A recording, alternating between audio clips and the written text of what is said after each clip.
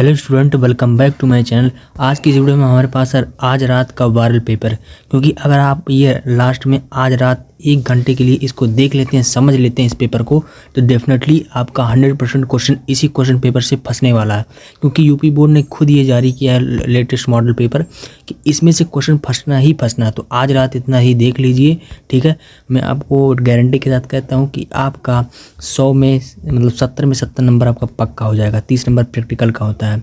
70 में 70 नंबर यहाँ पर दिया जाता है, पूर्णांक 70, और 70 में 70 नंबर आपका पक्का हो जाएगा। और हमारे पास 311 QA सेट का काफ़ी इंपॉर्टेंट वायरल पेपर है। यूपी बोर्ड ने खुद ये जारी किया है क्वेश्चन पेपर। तो इस पेपर का फुल सॉल्यूशन, संपूर्ण हल आपको इस वीडियो में बताया जाएगा, है ना। तो चलिए, जीव विज्ञान यहाँ पर हमारा पेपर क्लास 12th का। चलिए वीडियो को शुरू करते हैं बिना टाइम वेस्ट किए। और यहाँ पर आपको पता ही होगा 3 घंटे 15 मिनट का इसमें समय दिया जाता है। प्रारंभ के 15 मिनट परीक्षार्थी को प्रश्न पत्र पढ़ने के लिए दिया जाता है। अर्थात नोट में पता ही होगा 15 मिनट विद्यार्थियों को प्रश्न पत्र पढ़ने के लिए दिया जाता है। सभी प्रश्न करना अनिवार्य होता है। क्या होता है? सभी प्रश्न करना अनिवार्य होता है। आगे चलते हैं। आगे हमारा दिया है आवश्यकता अनुसार पृष्ठों की रेखा चित्रों द्वारा कीजिए। सभी प्रश्नों को निर्धारित अंक उनके सम्मुख अंकित कीजिए। पता ही होगा आपको, सिंपल। आपको क्वेश्चन पेपर 15 मिनट तक आसानी से पढ़ लेना है। तो कोई स्ट्रेस नहीं लेना है, ज़्यादा टेंशन भी नहीं लेना है ना। अगर आपके सामने क्वेश्चन पेपर आए तो उसको आसानी से, सिंपल से, शांत दिमाग से 15 मिनट उसको आराम से पढ़ लीजिए। जो क्वेश्चन आए तो उसको आपको अपने दिमाग में फिट कर लेना कि हाँ में ये क्वेश्चन आता है। तो क्वेश्चन को आप ज़्यादा सीरियल से करेंगे तो डेफिनेटली आपको एग्जामिनर कॉपी से झेलेगा नहीं, तो आपको डेफिनेटली आपका नंबर बढ़ेगा, है ना। तो सीरियल वाइज क्वेश्चन को करेंगे तो बहुत ही बेहतर रहेगा। तो चलिए सबसे पहला क्वेश्चन देखते हैं, जो कि है ग्राफियन पुटिका पाई जाती है। ग्राफियन पुटिका कहाँ पाई जाती है? स्तनीय अंडाशय में, लसिका और गांठों में, स्तनीय प्लाही में, मेढक अंडाशय में। इसका करेक्ट ऑप्शन आपका पहला वाला हो जाएगा। स्तनियों में के अंडाशय में पाया जाता है। नेक्स्ट हमारा दूसरे नंबर का क्वेश्चन है वंशागति की अनुवांशिक इकाई क्या है? तो जीन हमारा हो जाएगा, ठीक है। नेक्स्ट क्वेश्चन हमारा बिना टाइम वेस्ट किए डायरेक्ट आपको उत्तर बता रहे हैं, ठीक है। विज्ञान की शाखा के अंतर्गत जीवों के DNA परिवर्तन किया जाता है। तो जैव प्रौद्योगिकी होता है आपको इसका करेक्ट ऑप्शन। नेक्स्ट हमारा क्वेश्चन है स्टूडेंट विज्ञान के, ये तो हमने बताया आपको। नेक्स्ट देखते हैं। नेक्स्ट हमारा क्वेश्चन है चौथा नंबर का, मृदा में उपस्थित जल की कुल मात्रा को क्या कहते हैं? तो होलार्ड कहते हैं, ठीक है। नेक्स्ट हमारा क्वेश्चन है, ये भी बताया हमने आपको। नेक्स्ट है बीटी कपास किसके प्रति प्रतिरोध होता है? तो कीट द्वारा प्रतिरोधी होता है, ठीक है, बीटी कपास। नेक्स्ट हमारे यहाँ पर आ चुका है 1 नंबर का क्वेश्चन, जो कि अति लघु उत्तरीय क्वेश्चन पूछा जाता है। आपको पता ही होगा, है ना। पूछा जाता है कि इसके बारे में टिप्पणी लिखिए और इसका फुल फॉर्म बताइए। तो एक लाइन का उसका उत्तर देना होता है आपको। तो चलिए क्वेश्चन सबसे नंबर 1 दिया है, उन कोशिकाओं का नाम लिखिए। जैसे कि यहाँ पर पता है ना, कोशिकाओं का नाम पूछेगा, फुल फॉर्म पूछेगा। इसमें 1 नंबर में इसी प्रकार से क्वेश्चन पूछा जाता है, टिप्पणी पूछता है। जो विकसित शुक्राणुओं को पोषण प्रदान करता है। इसमें पूछ रहा है कि ऐसी कोशिकाएं जो विकसित शुक्राणुओं को पोषण प्रदान करती है। स्टूडेंट चलिए सबसे पहला नंबर के यहाँ क्वेश्चन पूछा गया, क्या पूछा गया है? उन कोशिकाओं के नाम लिखिए जो विकसित शुक्राणु को पोषण मतलब क्या होता है? उसका जो वृद्धि है ना, उसकी जो पालन पोषण जो होता है ना, वो किस प्रकार प्रदान किया गया। तो उत्तर में आपको क्या लिखना है? वेषण की शुक्र नलिकाओं में अलंबर कोशिकाएं, सरटाली कोशिकाएं, परिवर्धनशील शुक्राणु कोशिकाओं में पोषण प्रदान करना। तो आपको केवल समझना है क्वेश्चन। जैसे उसमें पूछा है कि उन कोशिकाओं का नाम लिखिए, तो जो भी कोशिका आपके दिमाग में आ रहा है तो उसको लिख दीजिए तुरंत, है ना। तो दूसरा क्वेश्चन देखते हैं। दूसरा, रुधिर वर्ग AB और O में क्या अंतर होता है? इसका उत्तर हमारा हो जाएगा वेषण की शुक्र नलिकाओं में अलंबर कोशिकाओं, सरटोली कोशिकाएं, परिवर्धन शुक्राणु कोशिकाओं द्वारा पोषण प्रदान करती है। तो ये तो हमने आपको बताया। इसका उत्तर देखते हैं। इसका उत्तर हमारा हो जाएगा आनुवंशिक सूचनाओं का वाहक अणु कौन सा है? प्रयोग द्वारा करने वाले वैज्ञानिकों के नाम लिखिए। तो वैज्ञानिकों के नाम क्या हो जाएंगे इसका? ग्रिफिथ ने सर्वप्रथम जीवाणु के स्थानांतरण का प्रयोग बताया है।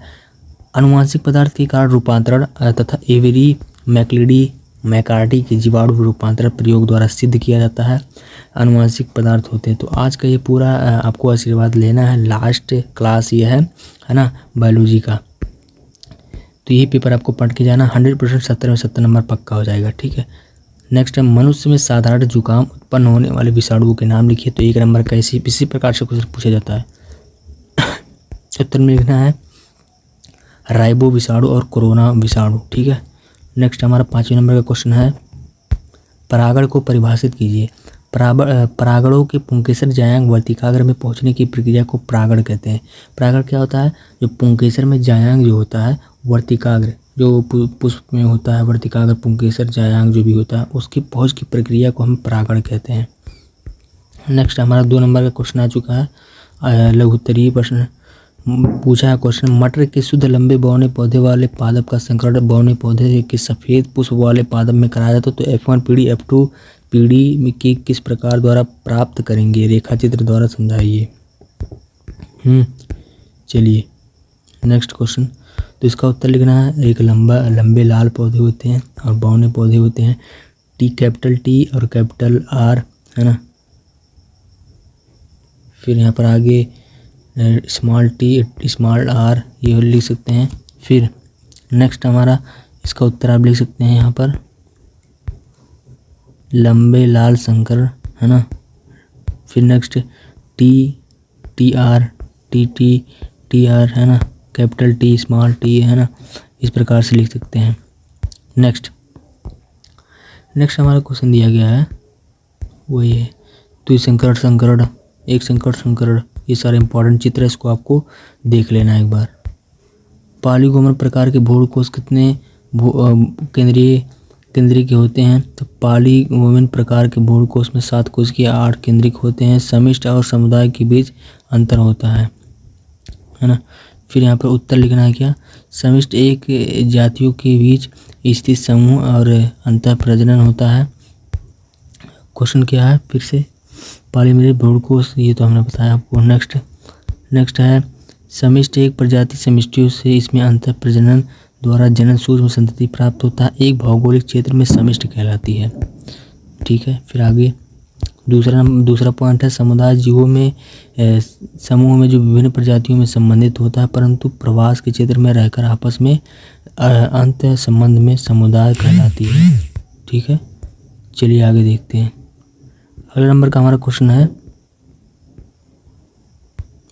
मादा जनन तंत्रों का नामांकित चित्र बनाइए। इम्पोर्टेंट है, यहाँ देख सकते हैं, इसको आपको लिख लेना है, ये आना ही आना क्वेश्चन है ना। हर 7 सेट होता है, 7 सेटों में ये क्वेश्चन छपेगा। इसमें बनाने की मैं ट्रिक बता देता हूँ। जैसे आप इस प्रकार से बनाइएगा, ऐसे करके, ऐसे करके, ऐसे करके बनाना है ना। काफ़ी आसान ही होता है ये। तो इस प्रकार से वीडियो में ऐसे कर देना, ये हमारा बन गया, ऐसे करके बन गया, ये आसान। तो मेन इसका चित्र आपको टेढ़ा मेढ़ा बनाएंगे तो कोई दिक्कत नहीं होगा, आपको केवल नामकरण पर ध्यान देना। जैसे यहाँ पर ये ऊपरी भाग जो होता है फेलोपियन नलिका अंडवाहिनी होता है, इसके जो ये वाला भाग होता है उसको गर्भाशय कहते हैं, और ये जो साइड वाला भाग होता है इसको तंबिका कहते हैं।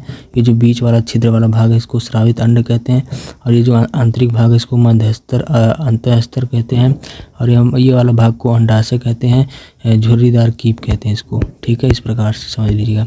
और ये जो निचली वाले भाग इसको कहते हैं योनि।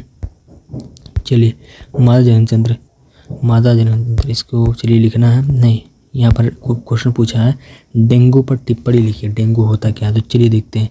डेंगू एक वायरल रोग है जो एडिज एब्डिट की एडिज और एल्डी पिक्टर मच्छरों द्वारा काटने से फैलता है। डेंगू हड्डी तोड़ बुखार का भी कहा जाता है, डेंगू का हड्डी तोड़ बुखार भी कहा जाता है, क्योंकि ये गंभीर जोड़ों मांसपेशियों को दर्द पैदा करता है।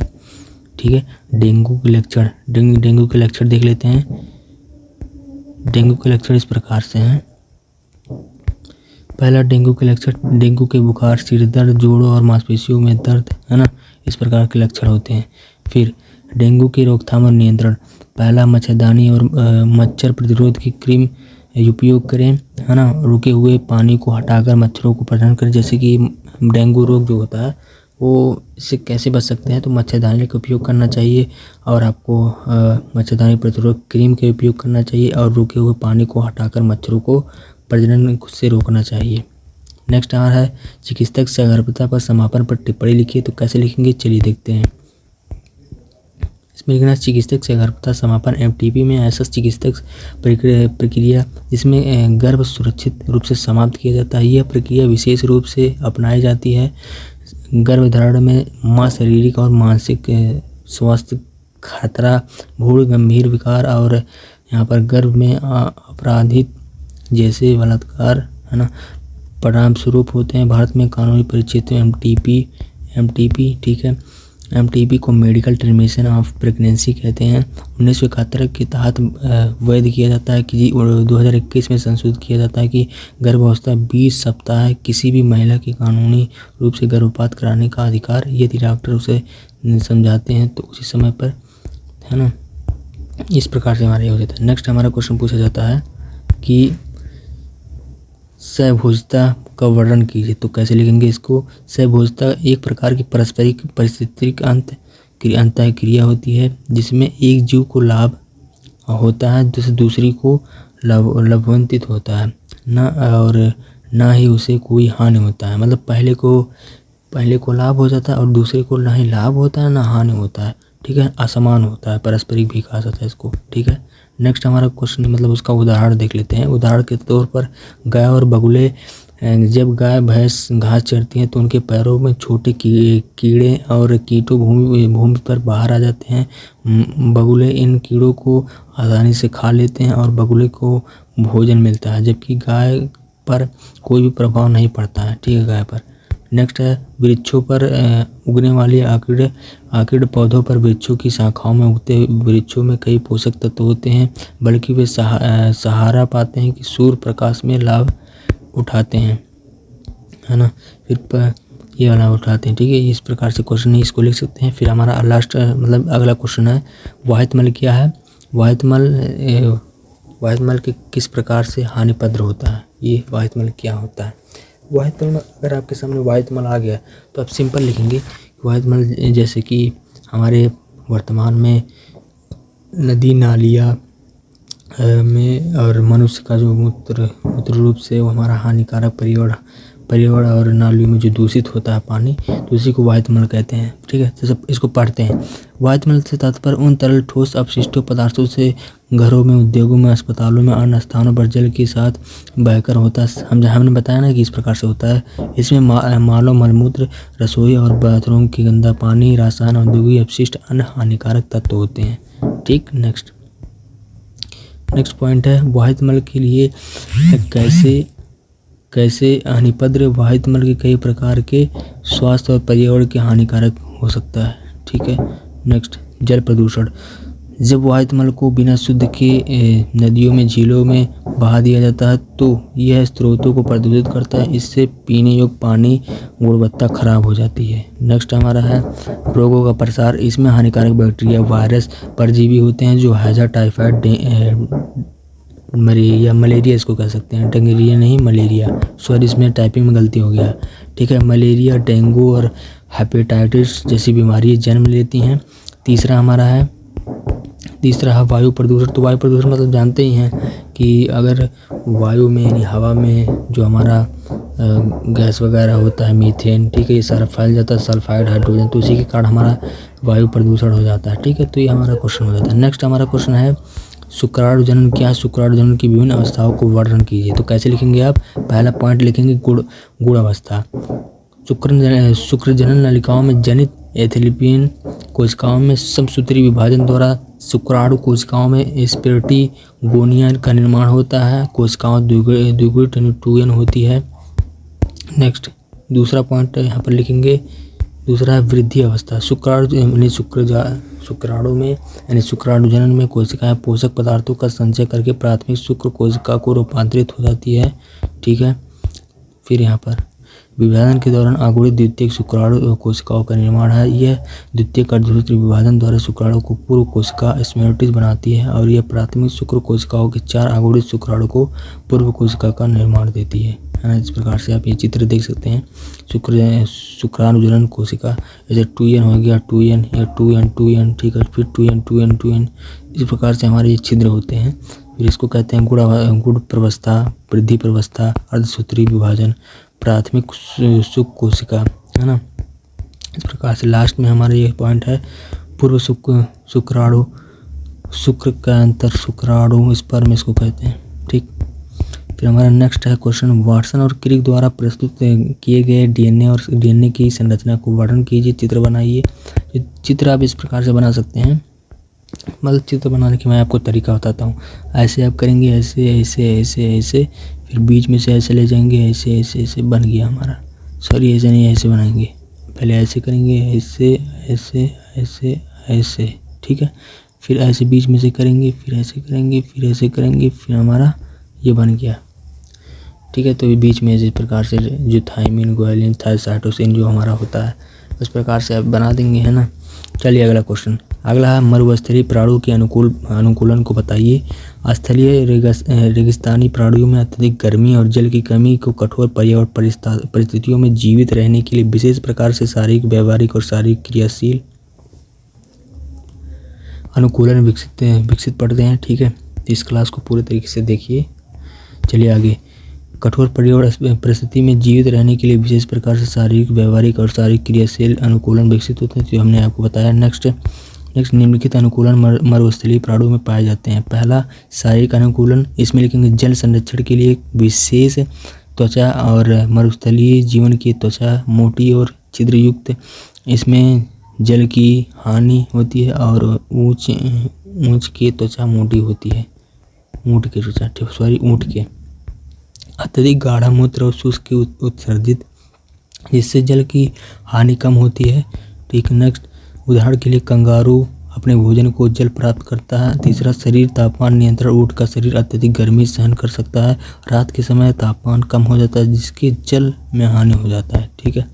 नेक्स्ट हमारा क्वेश्चन है, बहुत इंपॉर्टेंट है, संक्रामक रोग क्या होता है। संक्रामक और असंक्रामक। चलिए मैं आपको बता देना चाहता हूँ, संक्रामक रोग क्या होता है।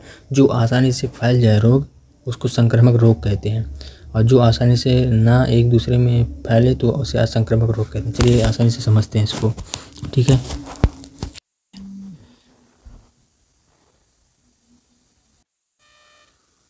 चलिए दोस्तों, यहाँ पर संक्रामक रोग वे रोग होते हैं जो व्यक्ति को एक दूसरे से संक्रामक करते हैं, जैसे बैक्टीरिया, वायरस, फंगस, और ये सारे प्रत्यक्ष रूप से वायु, जल, भोजन, संक्रमित वस्तुओं को माध्यम से फैलते हैं। समझ में आया ना।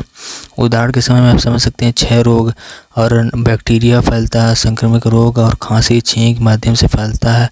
दूसरा, डेंगू वायरस के कारण ये फैलता है, ठीक है। ये सारा हो जाता है, ठीक। नेक्स्ट, एडिस मच्छर को काटने से, ठीक है। दूसरा असंक्रामक रोग। ये वे रोग होते हैं जो संक्रमण के कारण नहीं होते और खराब जीवनशील कुपोषण पर्यावरणीय कारणों के कारण उत्पन्न होता है।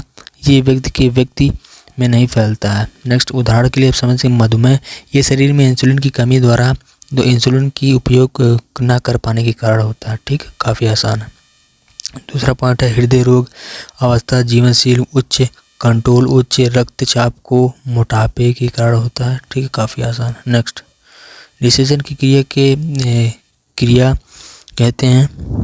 क्वेश्चन पूछा गया है कि निषेचन क्रिया किसे कहते हैं। मनुष्य में निषेचन क्रिया में होने वाली क्रियाओं में उल्लेख कीजिए। अंडाणु के शुक्राणु के परिवेश में नामक चित्र बनाइए। निषेचन का महत्व बताइए। चलिए, जब नर को शुक्राणु मादा के अंडाणु आपस में मिलते हैं तो इस प्रक्रिया को निषेचन कहते हैं। निषेचन के परिणाम स्वरूप जाइगोट बनाता है, जो आगे भ्रूण में विकसित होता है। मनुष्य में निषेचन के समय होने वाली क्रियाएं, ठीक है। क्रियाएं हमारे इस प्रकार से हो जाता है। पहला, शुक्राणु और अंडाणु का मिलन। निषेचन आमतौर पर महिला फैलोपियन ट्यूब में होता है। सहवास के दौरान पुष्प के स्खलित रूप में महिला के प्रजनन द्वारा तंत्र किया जाता है। दूसरा, लाखों शुक्राणु गर्भाशय और फैलोपियन ट्यूब के बढ़ते समय लेकिन केवल शुक्राणु के अंडाणु में पहुंचता है।